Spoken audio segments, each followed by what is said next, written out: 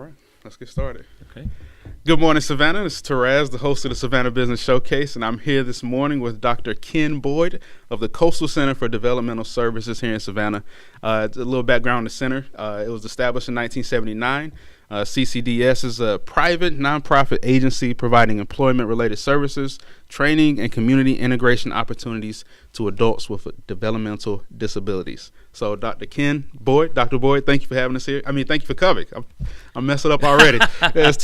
You'd think it would be early, but it's not. But anyway, thank you for being on the show. Why don't you introduce yourself to the listeners? Certainly. Well, thank you for having me here, and I think this is very exciting. This is new for me, and at least the format-wise is, and I think anything that I can do to promote CCDS is a welcome opportunity. So just by way of background for myself, I started as the executive director back in January. Mm-hmm. I'm very familiar with the organization. I'd been a member of two of their boards since the early 2000s, mm-hmm. Mm-hmm. Where we broke off part of our business area, mm-hmm.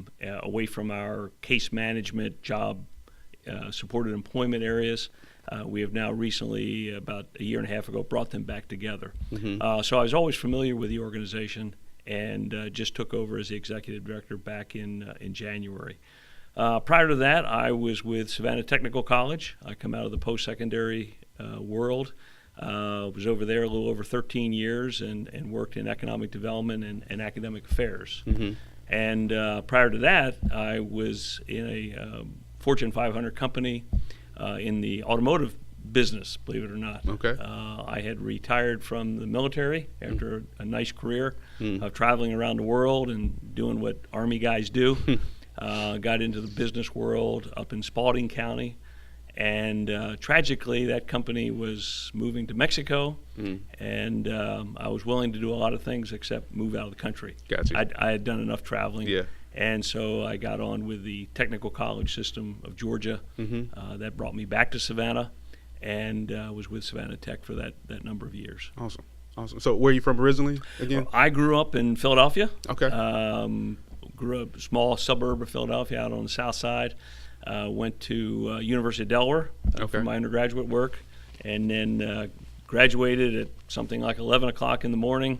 And got my commission in the Army at 1 o'clock, and I was gone for the next 20-some years. So, wow. Yeah. But my folks lived up there until they passed away 4 or 5 years ago, and traveled back up in that area just to visit friends and family, but have never really went back there to live. Hmm. So why Savannah? Why did you choose Savannah? Or just for Savannah Well, Tech? the military brought me to Georgia initially. Gotcha. And so I was in and out of both Atlanta and Columbus with Fort Benning several times. Okay. Then I came back a second time and retired out of the military.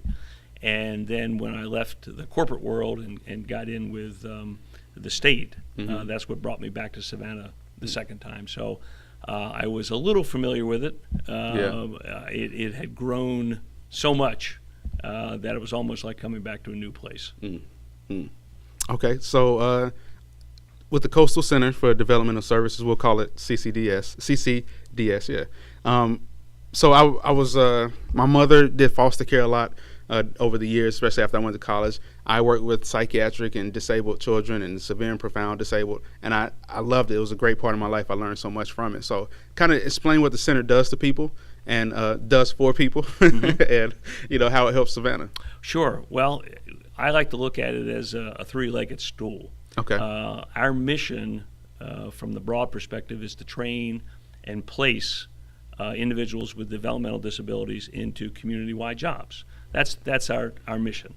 To get to that, to be successful, it really is three elements of our organization. Mm-hmm. The first one is that an individual comes into the state system, which for Georgia it's the Department of Behavioral Health and Developmental Disabilities, DBHDD. Say that a couple times real fast and you'll get it. And Savannah has a fantastic regional office here in Savannah, and we work with them every day. So the individual comes in, they want to go to work. We then are one of the providers. There are more providers around the state. Mm-hmm. We're not the only one, certainly. And we will work with that individual to get them a job out into a community type employment. It is working with the family or the caregiver, and then obviously the individual, and then the employer. So that's one aspect, and I can expand on that. There's a lot of detail there. If the individual is not ready to go to work, or maybe we don't have a job that is ideal for them at the time, then they stay at our facility over on Eisenhower in our training center. Okay. And we run 3 micro businesses within that training center to train individuals. So we look at 3 areas: catering, printing, and warehousing, because they're aligned with a lot of jobs in the Savannah area. And so they go through a rigorous training curriculum to prepare them to go out and get a job. So they might be with us a very short period of time. They might be with us a long period of time. And then finally, the third leg of the stool is our day habilitation program. A lot of providers, there are not a lot of providers who do that. These are individuals with the greatest amount of disability and the least functionality. Now, it is possible that an individual could go from day hab, as we call it, into the training center and then out into community employment. Okay. Very, very few, and they're far and few between, as the saying goes, but it is possible. But we provide that service and try to make their day as interesting as possible, and that curriculum is virtually loaded up with a lot of community activities. Make their day interesting, try to assimilate them into the community from an interest perspective as much as possible. So that's really the big 3 areas that our organization consists of. That's awesome. So kind of what was the idea behind it? What was the main passion, the original purpose behind the facility? Sure. Well, years ago, and I'll use a very unpopular term. Okay. It took care of the notion of people who were basically retarded. Thankfully, the last state legislature ruled or made it a policy, a law, to get rid of that word in all legislation. So that was a good thing. Took way too long to do that. Right. But good things come slowly sometimes. That's out of the picture. So CCDS, it went through a series of name changes, one of which did include retardation many years ago. But over the years, it evolved with the county, and it eventually became Coastal Center for Developmental Services. And we've been at the same place. We moved there years ago when it was the Youth Detention Center for the county. And in fact, our conference room, our main conference room, was the old court room where the judge would come in from the side, and it had kind of a build-up area. And we've disassembled that years ago. But we've improved the facility over the years. Okay, awesome. So I kind of want to know about the history of it a little bit, because it takes so how did it start becoming a business and teaching people business skills versus just training them? Like, how did the business aspect come into it? Great question. Yeah. Well, it goes back, as much as I can follow, back to about 1989. Okay. Where we placed the first person in a community-wide job. And I think the whole industry, if you will, of working with people with intellectual and developmental disabilities realized that keeping people like people in a contained area was not going to be good for them long term. In fact, the term that you can see in a lot of writings and a lot of research is a sheltered workshop. And that's where we want to get away from. So putting all the like-minded people with disabilities in an area, we need to get them out into the community, teach them how to do a job, teach them how to adapt, teach them how to live with everyone else, was the long-term goal. And so originally CCDS was just one of those places where many people, even to today, refer to it as adult daycare. And that's not a good thing. No. Where people just sitting around looking at each other, doing very minimal type exercises. So to not only help fund our organization, because we really don't have a budget where someone gives us money. It's a little bit of I don't want to say sleight of hand, I can't think of a better expression, where the money for that individual goes to the individual. They're the ones qualifying for state money or federal dollars. We are their manager of that money. Gotcha. And so that's what then makes up our budget. But as years have gone on, that money becomes less and less. And so we had to figure out ways to supplement our budget. And we had to do certain things. There are supervisory ratios that we have to adhere to. And so as you work and train more people, you need more staff. Right. And that goes hand in hand. So where does that money come from? So we figured, well, if we're going to train people, let's see if we can also use that training area as a fund stream. So, for example, we feed over 200 people every day, primarily for lunch. We do have a sort of a little snack center for the morning, but primarily it's the lunch meal, and then at 3 o'clock work stops and they return home.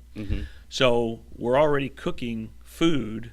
Let's see if we can now enter the catering business, or let's do external work involving our full-time staff and our individuals. So we'll teach them how to cook. We'll teach them how to do culinary skills, of which we still do to this day. So that whole catering business, we've become quite good at it. Yeah. And we have quite a few clients from businesses in the area, schools in the area. We do quite a few weddings and board meetings and what have you. It's just the whole gamut of where we provide meals and different type of, it could be a box lunch, it could be some high-end hors d'oeuvres at a reception one evening. So we do all that. The primary mission is teaching them the culinary world, Right. but at the same time it does become a business, a micro business that is generating money. Yeah. And so we work with the city, obviously, for a business license. We work with Department of Labor to make sure we're paying people correctly, Right. according to what they're doing. And that's just one example. You mention our other two examples? Yeah, Yeah. Sure. So we also have a print shop. Okay. It's pretty much low tech, if you will, but we do a lot of T-shirts, printing of T-shirts and hats. We do a variety of bags and towels and koozies and things like that. And we sell those to obviously people. Right now in the summertime, people in churches are having a lot of family reunions. And so someone will come in and want, the Boyd reunion. I need 100 T-shirts with this name and this date on it. Yeah. And we do that. We did a lot for the St. Patrick's Day back when that was held. So just a variety of different functions. We work with businesses who their uniform might be a T-shirt, particularly if it's warm inside their business or they're outside. And so we attempt to develop that item of what they do. We do business with a person over in South Carolina who makes baskets. It's a fantastic business. I give her full credit. It's so creative. But think of it kind of like an Easter basket with things inside, and it's all wrapped up in cellophane, and they're all different themes. Okay. It could be Mother's Day, Father's Day, barbecue day. I mean, it's just phenomenal what she does with her business. And so we make some of the items and assemble some of the items that go in her baskets. And so it's that type of thing. Our last area is in the warehousing area / electronics. Okay. And so we do wiring harnesses for some big employers in the area. Okay. A company might be having say their annual convention over at the Westin or the Hyatt downtown or something like that, and they need 400 gift bags stuffed. Okay. And it's got their catalog in it or their agenda and various products that the company promotes with, and so we'll make up those 400 or 500 promotional bags for them. Awesome. So a variety of things like that. With the port, oh my goodness, there's all sorts of opportunity of shipments that come in off the CEUs that are coming out of the ships. Maybe there's 8 or 10 pallets of stuff that have been shipped missing an item. It's following along, and so we'll disassemble all the boxes. We'll put that item in it, reseal them, relabel them, repalletize it. Gotcha. Or they might say these came in and the boxes, something happened to the boxes, or the pallet shifted, or whatever the circumstances are. Yeah. And so in that particular case, they can either bring the items to our training center, or we'll make what's called a mobile work crew, and we'll go over there and work at their place. And so whatever they want done to whatever their standards are, whatever their quality control criteria is, we'll adhere to it. Yeah, that is amazing. I really like that idea. It's so creative. It's so innovative. And that's really why I wanted to have you on the show, because I think the business owners listening could use your service, with any day. And you said something a minute ago that stuck out to me. You said that you don't. It's not a good thing to have like-minded people, in kind of one area in an adult daycare type thing. And that's kind of how social media is now, anyway. You have a lot of like-minded people, and it's a big groupthink. It's a lot of groupthink happening. We all need to get out of our boxes. Sure. Well, I tell you, it didn't take me long to think about the families and the caregivers of our individuals. It was a kind of a cold morning back in February, and I went out. We have several dozen vans and wheelchair vans that we go out and we pick up individuals. So we provide a transportation service from where that individual lives, and then we return them after work in the afternoon. And so I rode along with one of our drivers, and this was a wheelchair van. And this driver, this young lady, was just extremely talented, knew her job, and during the day she was an instructor in our day-hab facility, but she drove the van in the morning. Okay. And so we were out and about, and it was just pouring down rain. And what struck me was every time we pulled up to someone's home, the individual bringing our person out to meet us was not 25 years old, was not 35 years old, was not 45 years old. Their parents, 50s and 60s. And what struck me is that someday that individual might be on their own. That's true, yeah. So we started a program with our case managers, that another part of our organization, that is the window to the state and to the parents, the caregivers. Some of our individuals live in group homes. But what are we doing financially for this individual? What are we doing long term for that individual? So when you stop and think about all that, and it's one of the most painful conversations to have with a parent and a caregiver about their loved one, are we taking care of them for the long term? And so again, getting them ultimately out into the community where they have an income stream, they have some benefits, they know how to at least go to the bank and check on their accounts, and they have a little investment. As much as we can assimilate them into society and not keep them isolated. Right. That's the beauty of it all. Yeah. And so when I drove around that morning and I saw that, it just dawned on me what a challenge these people have. And so monthly we meet with parents and caregivers. We help them. We recommend places to go for investments, and if they have problems with perhaps Social Security or some other type of benefit, state or federal, we facilitate that for them. And that's beautiful. Yeah, working in with the physically disabled, severely profound disabled population. It was, one of the best parts of my life so far. I'm only 30, but it was definitely one of the best parts of my life. Well, we need to get you over there and give you a tour, and then maybe re-energize you in terms of that whole world. And one way or another, I would definitely like to come by. So how many people can you bring in? Like, how many workers and how many people with disabilities can you have at one time? Sure. Well, right now in our Dayhab area, we have 51. Okay. Now, we could go much higher than that, just simply based on the fire marshal of our facility. Mm-hmm.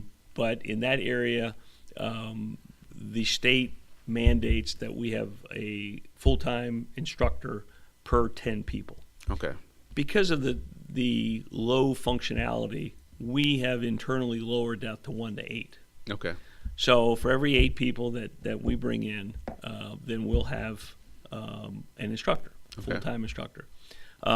So it's a question of budgeting, but it's also a question of making sure that we meet the state mandate. Mm-hmm. Right now, we have enough people. We could bring a few more people in if we had to, and the state had people that wanted our services, but other than a few more, we'd have to then start hiring another instructor. Okay. Over in our training center, we have roughly 140 people over there. Okay. And that fluctuates the greatest because some people could be there long term. Some people might be there maybe a month before they move over into our supported employment. Gotcha. And so even there, our ratio is 1 to 10 as well. So both in the supported employment and the training center. The third piece there, our supported employment, those people that are already out in a job, mm-hmm. We have approximately 226, 230 people. Now, some of those, about 40, are in what we call job development. Mm-hmm. So they've left our training center. They're out in that job. They're working with an employer, probably a very limited number of hours. But one of the big pluses that we do as a provider is that job specialist is with that individual for as long as they're in that job. Mm. So they'll go through a series of phases of job training, and then once they're comfortable, once the employer's comfortable, then it's just a question of visiting 2 or 3 times a month. Gotcha. But that's forever. Mm. And so long after the federal or the state dollars have stopped, we're still out there providing that, even if it's just a 1 hour, how you doing, if things gone okay, and the employers that provide those jobs are fantastic. Mm. That's probably one of our major challenges, getting employers to understand what our people, who they are, mm-hmm. and what they can do. Mm. We are we just broke the $9 an hour barrier that we were proud of to get paid. Whatever that company offers in benefits, our people get as well. Mm-hmm. So what I like to say is when we talk to employers, we're not after the empathy job or even the sympathy job. Right. We have an individual who will do the job that you created to your specifications, to your requirement. We'll train that individual to do what you need to be done. Right. So we don't want we feel sorry for that person, because that person is going to be an integral part of your workforce. And I'll give you one quick example of an employer that has employed several of our people. Okay. This young man was not, let's just say he was not good in groups. Okay. But extremely smart. Okay. And we had trained him to be a quality auditor. So he was measuring parts, writing the measurements down according to what he was measuring. He operated a couple pieces of equipment to do that. But if you put him in a work area that had 6, 8, 10 other people, he became very nervous, very agitated, and he didn't like that. Mm-hmm. So what the employer did was he took his workroom and he broke it in about 3 pieces. So when it ended up was this young man was in a room with one other person. Gotcha. Okay. And does superbly and does not make $9 an hour. He makes almost twice that. Oh, wow. Because of his skill and what he brings to the table for that employer. That's awesome. There's just a gazillion examples of things like that. Yeah. Can you? I'm pretty sure you can say it on air, but like, what are some of the employers that you guys work with a lot? Oh, well, certainly. Well, in the Savannah area, we work with Gulfstream is a big supporter of ours, and they have individuals that are over there. Edwards Interiors, which is a supplier to Gulfstream up in Effingham County. Okay. They employ several of our individuals, and so we've dealt with the big hotels in the area, the big restaurants. And I know whenever you start naming people, you're going to leave somebody out. Right, yeah, so you'll have to do an exhaustive list. But yeah, definitely. But the people around the areas and the golf courses, we've had people out at the airport for years doing a variety of jobs. And so we're primarily in Effingham and Chatham County, Chatham being the largest from an employer perspective. And I just can't thank these employers enough. I really can't. I mean, they embrace our individuals. They work with them. They're very good about accommodating. Just as the example that I just gave of the one individual, that was an accommodation that employer was willing to make. That was easy for them.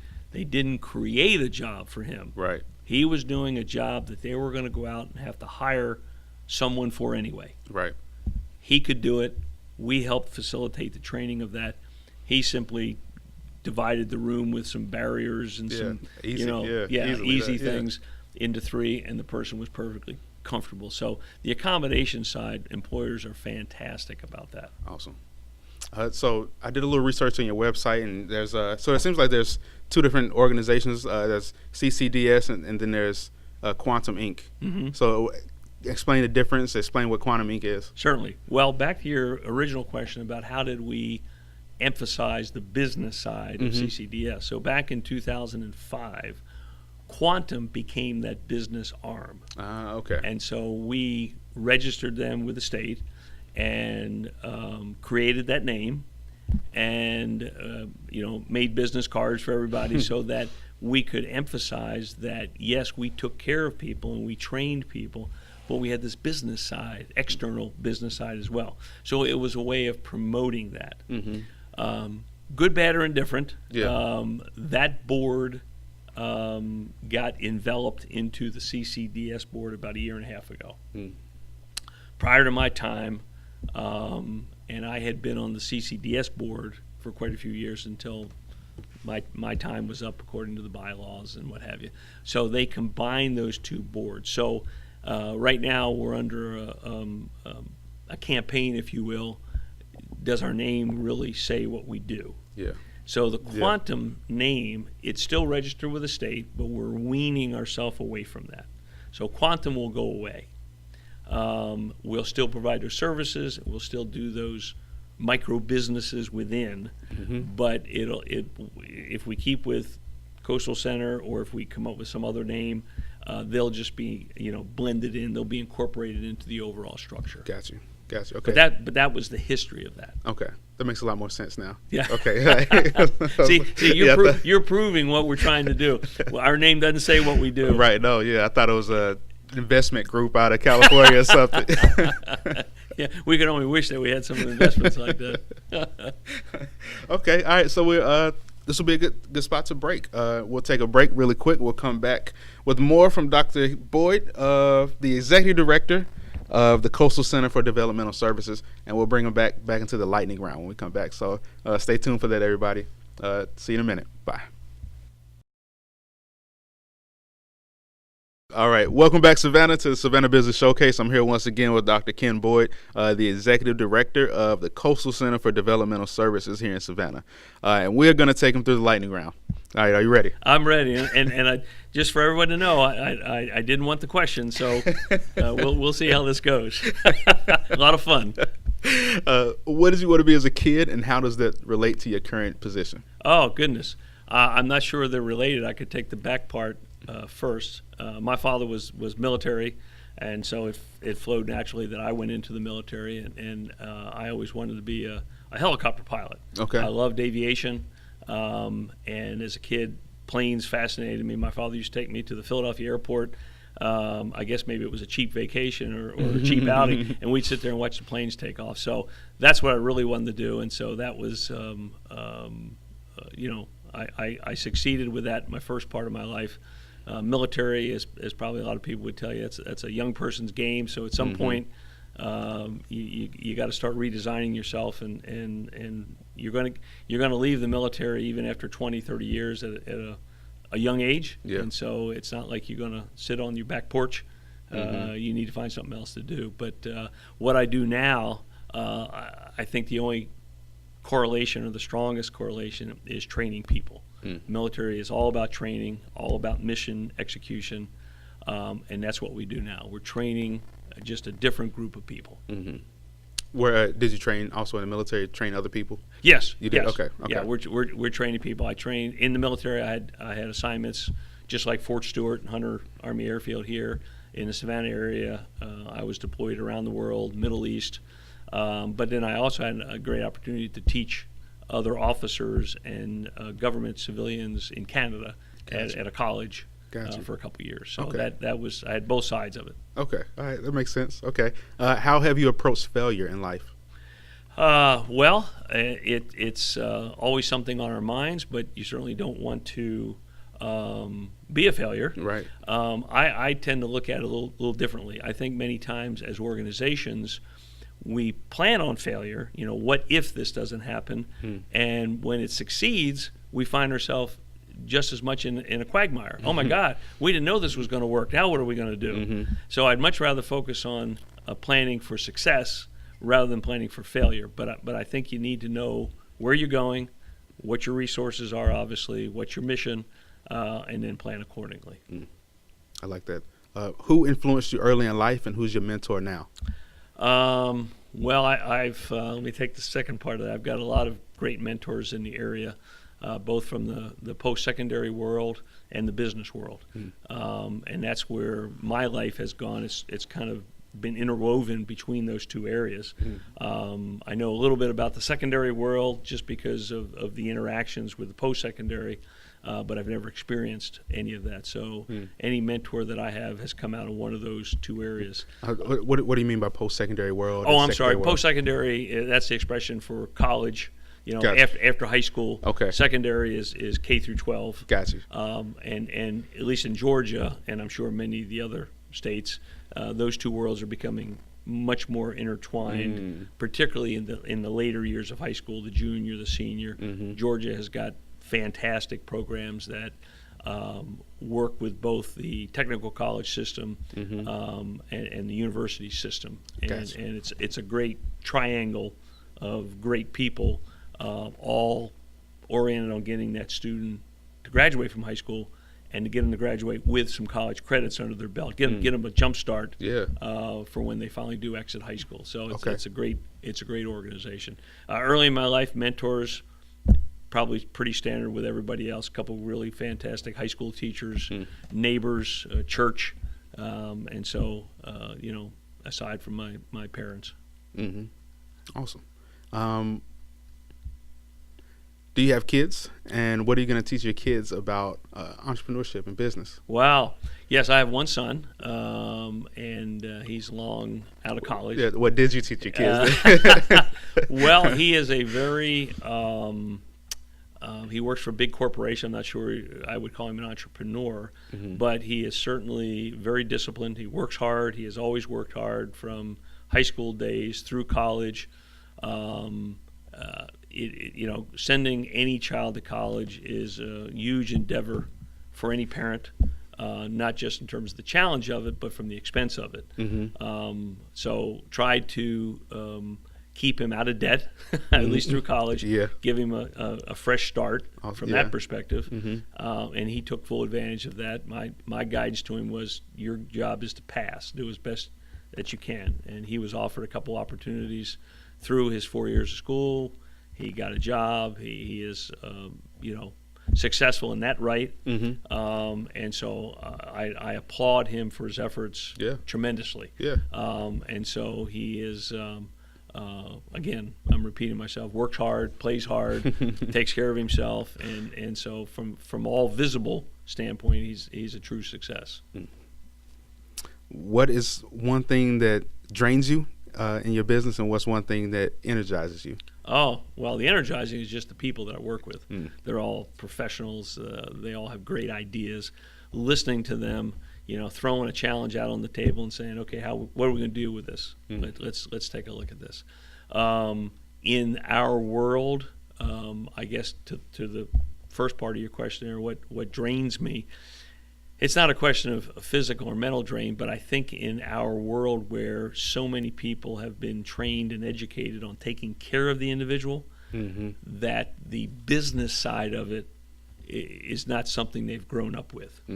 And so you got to pay the bills. You got to look out for the future. You've got a budget.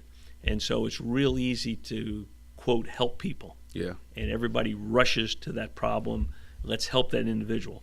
But there is a backside of that, which is the business side of how do we pay the bills, how do we pay things for that individual, how do we provide medical equipment, pharmaceutical aspects, how do we tie all that together? So teaching people who have been trained and educated in the social work side of things, the business model, let's just say, can be a bit challenging, but it's all good stuff. Definitely, yeah. What is something that you consume religiously? So something, it could be a blog, a book, TV show, it could be a food, or what's something you consume all the time? Well, I read a lot of history. I love history, and I read everything I can on leadership. Okay. I think everything, no matter where you are in any organization, everyone is a leader.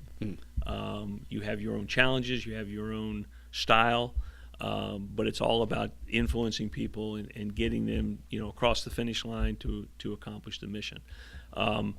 With this job, I've been doing a lot of reading on nonprofits, and how they differ. How do boards differ from a for-profit organization versus a nonprofit? How do you work with people like that? How do you, again, everybody get on the same sheet of music in terms of what we're trying to accomplish as an organization? So I've been trying to read everything I possibly can, and there's a couple good blogs on the nonprofit side of the house, and people who have written some really excellent books about dealing with nonprofit boards, how to do fundraising, how to get your community involved in what you do. Okay. So have you ever heard of the Dan Carlin's Hardcore History podcast? No, I haven't. I'm sorry. It's really good. Yeah. Okay. If you're a history buff, I think you like his stuff. It's like a 2-hour podcast. He does it every few months, and he just goes really in depth into everything. Excellent. So I'll send you that. But yeah, anyway, please do. Send me that email. I will. Yeah. Next question then. Leading into that, what's your favorite book? Oh my goodness. What is my favorite book? There's too many. I'm trying to think of all the ones on my shelf at home. Doesn't have to be 1, 2, 3. I could give you one that Jesus as my CEO. Okay. I mean that clearly has a religious cant to it. No doubt about that. Yeah. But it's a fantastic book. And it goes into a little more depth than some of those bumper stickers about what would Jesus do type stuff. So it is related into the business world. A book about understanding other people under other religions. It's an old book. It's been around many decades, called the Hajj, H-A-J. Okay. And that is just a fantastic book about reading about other people and other parts of the world. Any leadership book that you want to read, that talks about things. Do you have one that comes to mind, a leadership book? Well, I American Caesar, which is about written by a gentleman by the name of Manchester. Okay. And that deals with a lot of things of World War II, and the people of the era that were living there and having dealt with World War II and Korea. It is really fantastic. A gentleman that I read called Jeff Shahara. Okay. He's the son of a Pulitzer Prize winner. His dad wrote Killer Angels, which was about the Battle of Gettysburg. Okay. Jeff went off on a different cant as his son, and he's written a lot about the Civil War. He's written a lot about World War II, and I'm reading his latest one about Korea. Okay. So they're novels, but they're all historically based about that. And I probably didn't mention, as I was explaining American Caesars, about General Douglas MacArthur and his interactions with President Truman.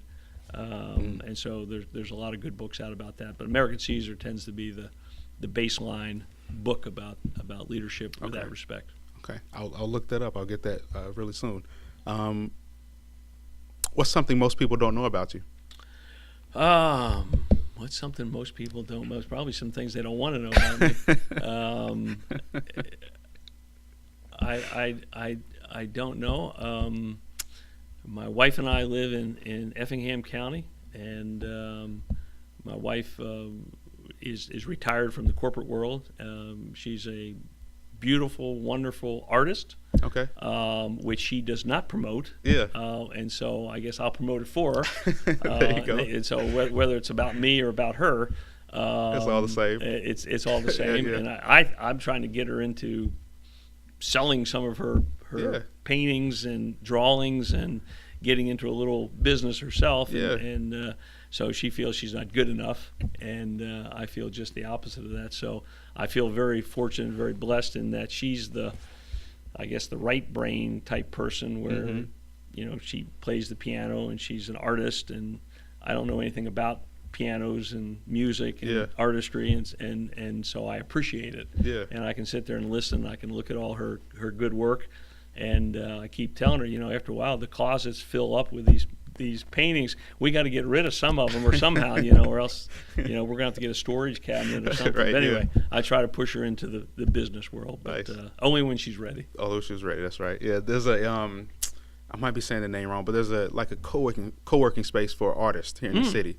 I think it's called Solar Studios, if I'm not mistaken. But they do you can rent a space where you can paint, but there's also other artists there that you can communicate with, and they do open houses once a month. So that's kind of cool. I just heard about them. I just looked them up. But yeah, there's a person, I don't have her card with me. I met her every Wednesday morning, and I would tell this to anybody who is an entrepreneur, as you mentioned earlier, or want to promote their business. 1 Million Cups. It's a national thing, and downtown. They're down on Bull Street. Now they moved down there. And they have a great gathering of people. I met somebody down there who I passed her name on to my wife, and it's up to them to get together. I can only promote and I can only push so much. That's right. And then you know when to back off. Yeah. 1 Million Cups is awesome. I've been there quite a few times. I even interviewed the executive director of the Creative Coast there. Oh, fantastic. Yeah. So that's great organization. I agree. What is something you did growing up that got you into trouble? Oh my goodness. I'm sure I was everything my mother could handle, and then some. Well, through sometime in middle school, I really got into sports a lot, and of course, tragically, communities and neighborhoods are a lot different nowadays than they were back in the late '50s and early '60s. But our community had this huge playground community area, and particularly in the summertime, it was open. I think the lights went off at midnight. Okay. And back then, as long as your parents knew where you were, and it was only maybe a 15-minute walk from where we lived, you were fine. But probably staying out too late, particularly in younger middle school, junior high school, things like that.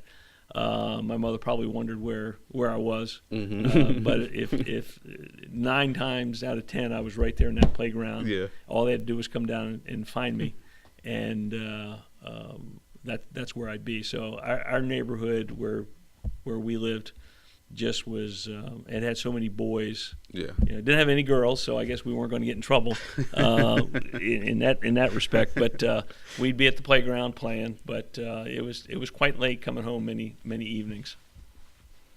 Most communities now, you just don't know anybody.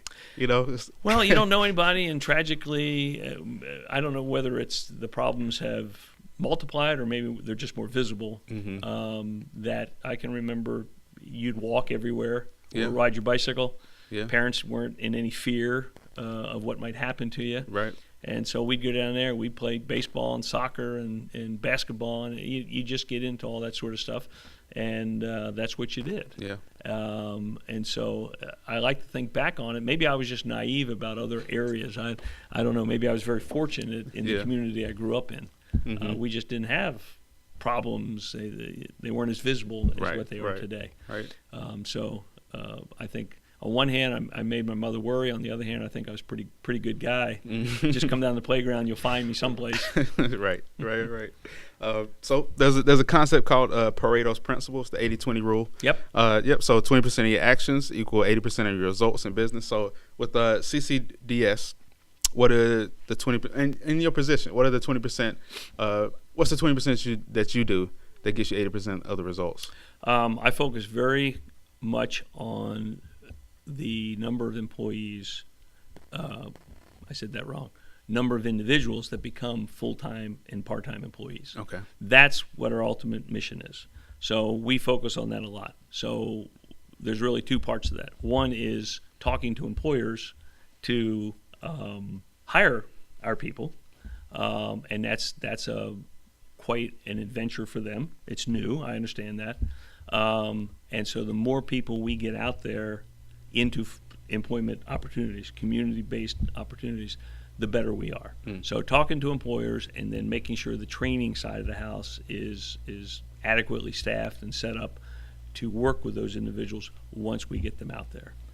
So if we do that, we will be overall successful all the time. One point of that's sort of ironic though is the more successful we are, the more challenges we have budget-wise, because whether they're state funded or federally funded, the money starts to decrease because on one hand it's obvious we're providing less services, but on the other hand we're providing more just of a different type. Gotcha. And so that person might not be on our campus every day, but we still have a person that's out there working with them, and obviously that person has to get paid. So it's a bit of a reverse model. More successful you are, the fewer dollars you're going to get to operate, and that's a big challenge. I bet, That's blended into that 20% that I focus on. Got you. Okay. Do you feel that this is your life's calling? I do. You know, it's interesting because years ago, when I was asked to be on the first quantum board, as we talked about earlier, and from the business side that they were building, I really thoroughly enjoyed that. But somewhere in that same time frame, my brother had retired from being a police officer up in the Philadelphia area, and that was his lifetime career. And he actually, he and his wife moved to Rhode Island to be close to his wife's parents, and he got a job in an organization similar to CCDS, very similar, almost identical. Really? Okay. And he did a job that we have a hard time filling sometimes. Our part-time van drivers, as I was mentioning earlier about, we own several dozen vans that go out and pick up our individuals and return them at the end of the day. And so we have some very excellent part-time drivers. And that's what he did. And then he worked his way into being a supervisor and a manager.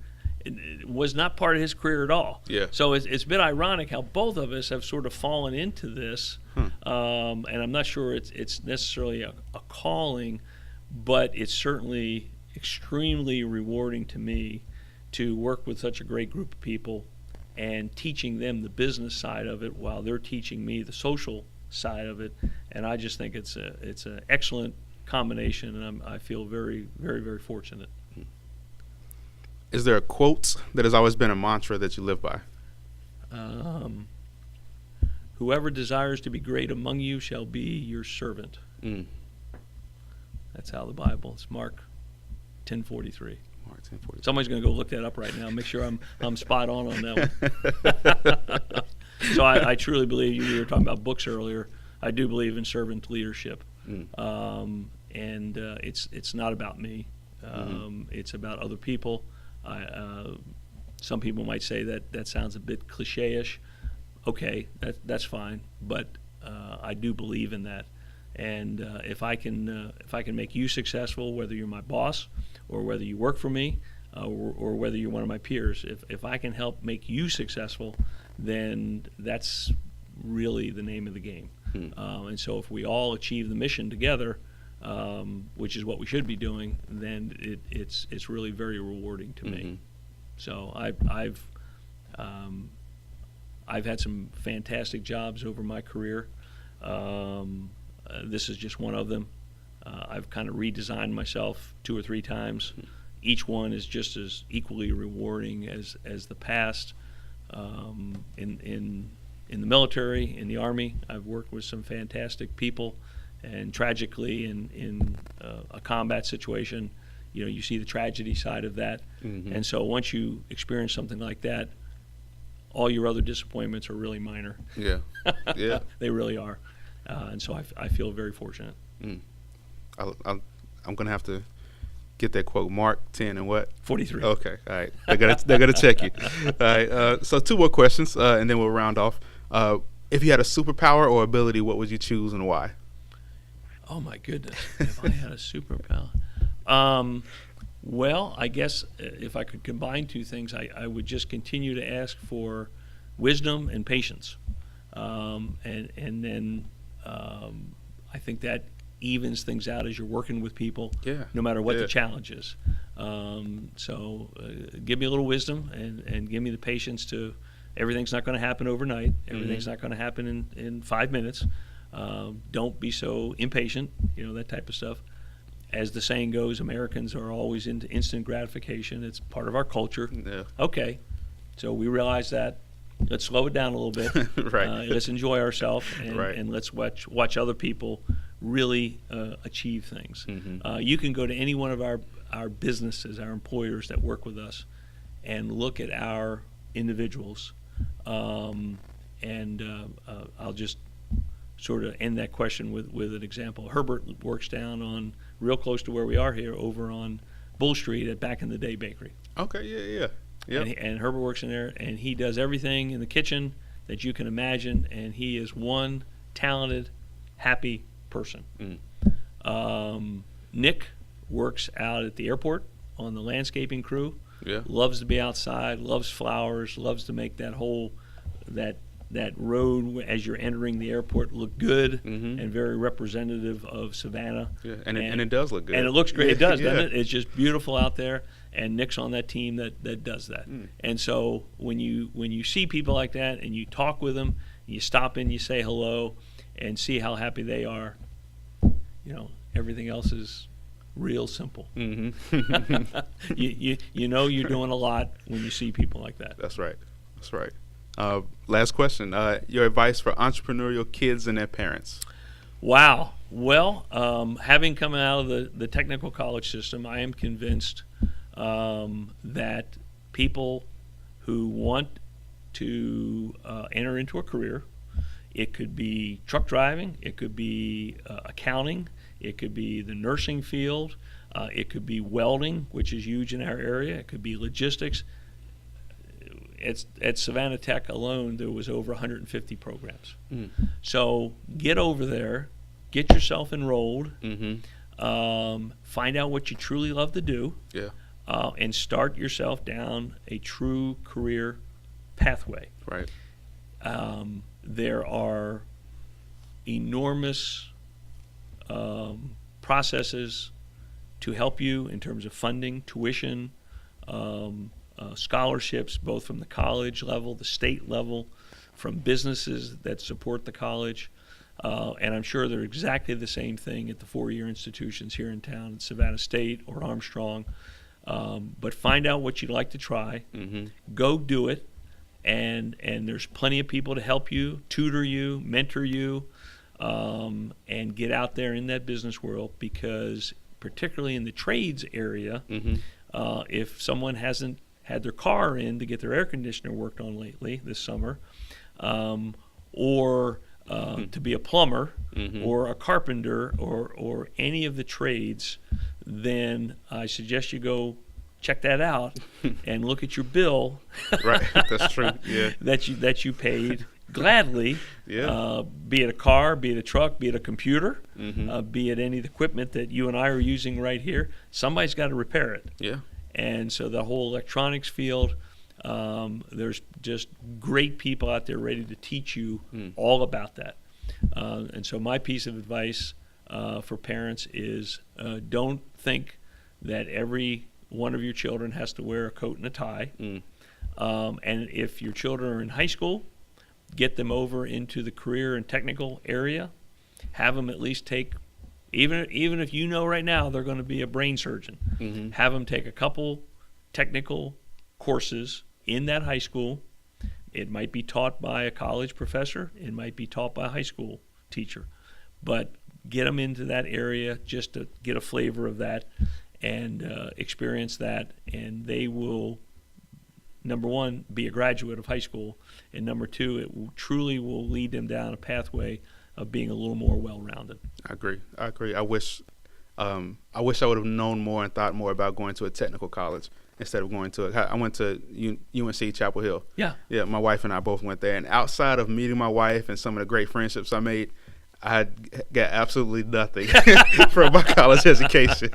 So I wish I would have went to a technical school. And I wish I would have known about welding and about plumbing and about, being an electrician. I would have been a lot more happier. Well, you're doing what you love to do now. I'm definitely doing what I love to do now. And that's great. And all I guess all I'm saying is let people go explore a little bit. That's true. And there's just great programs out there. And if you don't like that one, go head over to another one. Yeah. And depending on what you want to do, and there's great people that'll guide you through all those choices. Yeah. Awesome. Well, thank you, Dr. Boyd, for joining us on the show. Thank you for having me. Yeah. How can people find you and get in touch with CCDS? Well, we're the website www.ccdssavannah.org, and we're on Facebook. And either way, or the phone number over there, the main number is 912-644-7500. If you are a business who wants to employ our individuals, give us a call. If you are a employer who just wants to do some business with one of our micro businesses, you want something catered, or if you want something printed, call the same number, and we'll put you in touch with the right person. Awesome. All right. Well, thank you for joining us. Thank you, everybody out there listening. Check out the Coastal Center for Developmental Services on Facebook and at their website. And thank you, guys. It's Wednesday. Go out there today. Do something impactful. Go out there today. Maybe it's Monday. It's Monday today. Go out there. You got the rest of the week ahead of you. Go out there and make a change, make a difference. Everybody doesn't have to do everything big. You can do something small and affect the life of somebody right next to you. So thank you guys for joining me. Love you guys. Talk to you next week.